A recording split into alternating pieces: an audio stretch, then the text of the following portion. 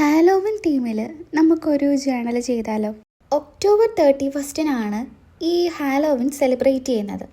അന്ന് ഈവനിങ് മുതിർന്നവരും കുട്ടികളും ഒക്കെ പ്രേതങ്ങളുടെയും പിശാചുക്കളുടെയൊക്കെ പോലെ ഡ്രസ്സ് ചെയ്ത് തിരുവോരങ്ങളിലൂടെ ഇങ്ങനെ നടക്കും. നമ്മൾ ഈ കാർട്ടൂണിലും സിനിമയിലും ഒക്കെ ഇത് കണ്ടിട്ടുണ്ടാവും. ഏകദേശം 2000 വർഷങ്ങളോളം പഴക്കമുള്ള ഒരു സെലിബ്രേഷനാണ് ഈ ഹാലോവിൻ എന്നാണ് ഗൂഗിൾ സെർച്ചിലൂടെയും വിക്കിപീഡിയയിലൂടെയൊക്കെ മനസ്സിലാവുന്നത്.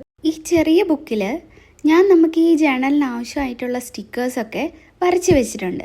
അതിനി കട്ട് ചെയ്തെടുക്കാം. ട്രഡീഷണൽ ഹാലോവിനിൽ കൂടുതലായിട്ട് യൂസ് ചെയ്യുന്നത് ബ്ലാക്കും ഓറഞ്ച് കളറുമാണ്.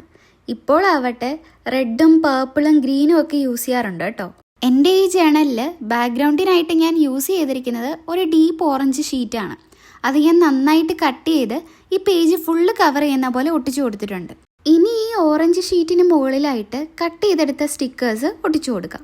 ഈ കുഞ്ഞി ghost, witch house, pumpkin, RIP head stone icon ഇതെല്ലാം തന്നെ കംപ്ലീറ്റ്ലി ഹാൻഡ് മെയ്ഡാണ്.